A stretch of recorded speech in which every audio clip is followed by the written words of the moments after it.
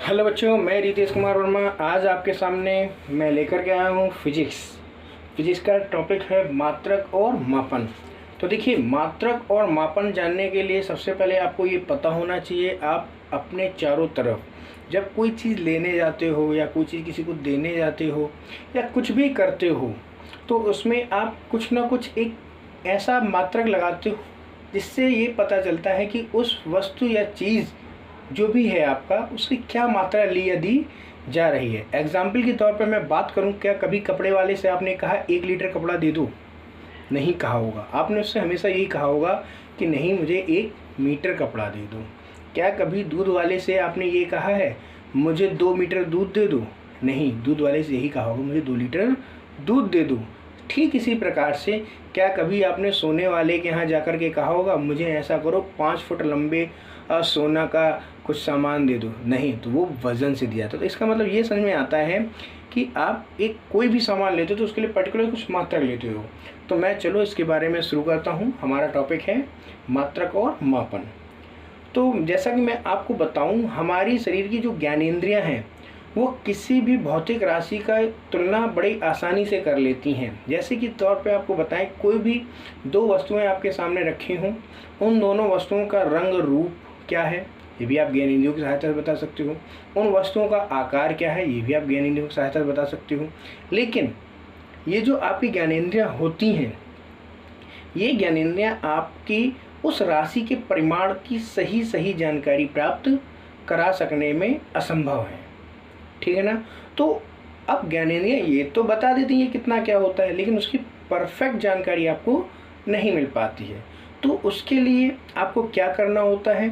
उसके लिए आपको कुछ चीज़ों के बारे में पता होना चाहिए। जैसे कि मैं आपको बताऊं, तो ध्यान से सुनिएगा। सबसे पहले इसमें एक हेडिंग आती है भौतिक राशियाँ। ये हमारी भौतिक राशियाँ क्या होती हैं, जिसे हम बोलते हैं फिजिकल क्वांटिटीज़, जिन्हें हम प्रत्यक्ष और अप्रत्यक्ष रूप से माप सकते हैं, भौतिक के नियमों में व्यक्त कर सकते हैं।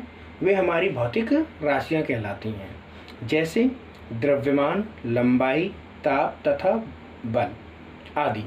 तो बात समझ में आई? जिसे हम प्रत्यक्ष और अप्रत्यक्ष रूप में माप सकते हैं या भौतिक के नियमों में व्यक्त कर सकते हैं, वह हमारी क्या कहलाती हैं? भौतिक राशि कहलाती हैं। आपको समझ में आ गया होगा। उदाहरण के लिए मैं आपको बताता हूँ, द्रव्यमान, लंबाई, ताप तथा बल। अब मैं आपको ये भी बताना चाहूँगा, जो भौतिक राशियाँ होती हैं निम्न 2 प्रकार की होती हैं, मूल राशियाँ और व्युत्पन्न राशियाँ। मूल राशियों को हम बोलते हैं फंडामेंटल क्वांटिटीज़। क्या बोलते हैं बच्चा?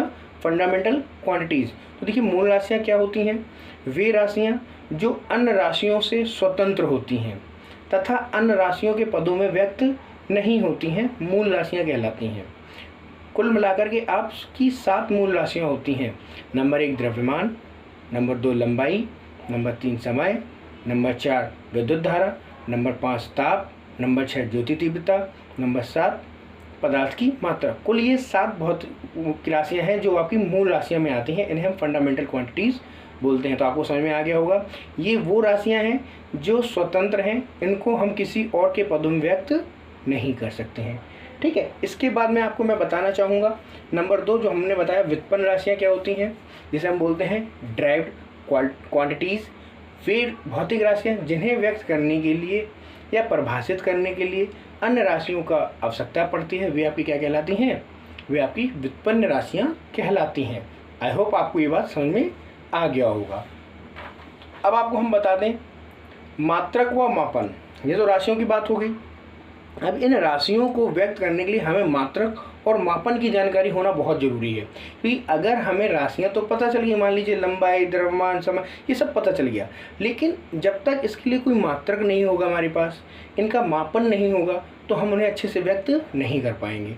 तो मैं आपको बता दूं, किसी भी राशि का मात्रक और मापन पता करने के लिए हमें 2 चीज़ों का बहुत ज़्यादा आवश्यकता पड़ती है। नंबर 1 मात्रक, नंबर 2 अंकिक मान। अब मैं आपको बताता हूँ ये मात्रक क्या होते हैं। मात्रक यानी कि यूनिट। अब बात समझिए, ये यूनिट क्या होता है। देखिए, यूनिट वो होता है, ये सर्वमान्य होता है। सर्वमान्य मतलब एक ऐसा मानक जो सभी के द्वारा मान लिया जाए। हम बोल सकते हैं वह सर्वमान्य मानक जिसका उपयोग भौतिक राशि की तुलना के लिए किया जाता है, जिसे हम बोल सकते हैं मात्रक। जैसे कि मैं आपको बता दूं, 1 दर्जन केले ले लो, तो दर्जन आपका क्या हो गया, एक मात्रक हो गया। और किसी से भी पूछ दो मैंने 1 दर्जन केला लिया, तो उस व्यक्ति को पता चल जाएगा आपने 1 दर्जन केले लिए हैं, तो उस 1 दर्जन में जो आपने मानक बनाया है वो कितने केले चढ़े होंगे। ठीक है, अब मैं जो बता रहा हूँ कितने केले चढ़े होंगे, यानी कि आपको दूसरा जो समझ में आ रहा हो क्या ज़रूरत पड़ रही है, आंकिक मान, यानी कि यहाँ पर ज़रूरत पड़ रही है उन 1 दर्जन में आपने कितने मानक मान, यानी कि आपने कुल मिलाकर 12 केले लिए, तो ये आपका हो गया आंकिक मान। मैं आपको फिर अब बताता हूँ आंकिक मान क्या होता है। ऐसे भौतिक राशि का प्रमाण भी कह सकते हैं हम, इसे भौतिक राशि का प्रमाण भी कह सकते हैं। ये प्रदर्शित करता है कि जो भी हमने मात्रक यूज़ किया है उस मात्रक में यह कितनी बार सम्मिलित हुआ है।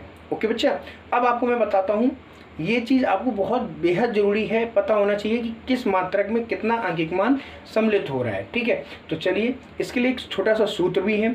आपका सूत्र है आंकिक मान बराबर होता है मापी जाने वाली भौतिक राशि की परिमाण बटे मापन के मात्रक की परिमाण।